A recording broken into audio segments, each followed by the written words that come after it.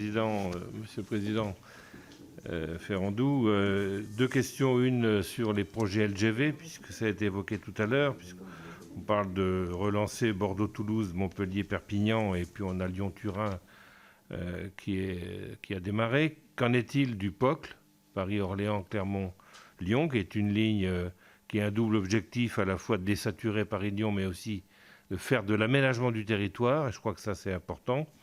Et je pense qu'avec l'arrivée de nouvelles lignes, ça devrait accélérer la saturation de Paris-Lyon. Et en plus, on a un moyen de transport qui est le plus vertueux et qui permet de concurrencer quelque part l'avion. La deuxième question concerne les conventions SNCF avec les régions. L'effet Covid a effectivement fait chuter la fréquentation sur les lignes et a creusé le déficit de certaines lignes régionales. Pour la région centre, c'est 90 millions d'euros.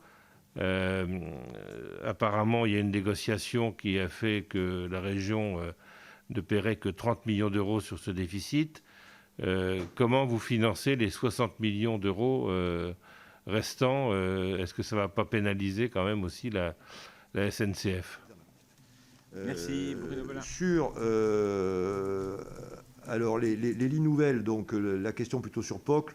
Bon, POCL, pour ceux, c'est Paris-Orléans-Clermont-Lyon, hein, donc c'est une nouvelle ligne qui doublerait effectivement la ligne sud-est, qui est bien pleine, ça c'est exact. À court terme, les solutions choisies, c'est plutôt donner plus de capacité à la ligne sud-est en mettant le fameux ERTMS avec le système de signalisation européen, qui va donner 25%. Sur Clermont, vous savez qu'il y a des programmes sur la ligne classique, hein, ça renvoie aussi à la question qui a été évoquée. Donc à la fois sur l'infrastructure qui permettrait de la fiabiliser et d'aller un peu plus vite, et sur les matériels roulants. Je relis d'ailleurs, hein, avec cette infrastructure et ce matériel, on ne fera pas des miracles, il faut aussi être clair. Enfin, je ne vais pas vous promettre qu'avec des locomotives qui ont 40 ans, des voitures qui en ont autant, la voie qui n'a pas été entretenue par le passé, je serais, comment dire, je ne serais pas correct. Ouais, si je vous disais par un coup de baguette magique, tout va s'arranger. Donc on fait tout ce qu'on peut, mais avec des équipements très anciens, légués par l'histoire. C'est comme ça, les décisions n'ont pas été prises il y a quelques années, maintenant il faut faire avec. Les décisions futures sont prises, il faut le faire. Rénovation sur la voie et puis rénovation des matériels. C'est 2025, je crois, l'arrivée des rames nouvelles. En attendant, ça fait long, hein, ça fait 3 ans à passer. Là, vous avez entièrement raison, et là, il faut que je le prenne pour moi. C'est-à-dire que là, les infos, etc., ça, on doit bien le faire. Il n'y a pas de raison. Ce n'est pas un problème de locomotive, ce n'est pas un problème d'infrastructure. Donc, je prends le point et je vais regarder avec les équipes comment on peut améliorer l'information voyageur. Là, vous avez entièrement raison. Ce n'est pas un problème d'investissement lourd. Donc, il faut savoir le faire. Voilà, donc POCL, à mon avis, c'est vraiment du très très long terme. C'est la vision stratégique. Le jour où la LGV sera vraiment saturée, donc on s'inscrit vraiment dans le temps long.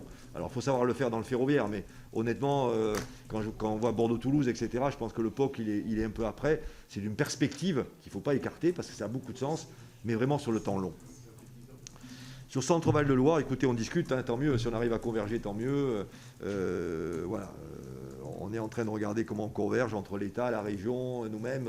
On essaie de créer les conditions d'une sortie de négociation que j'espère la plus proche possible.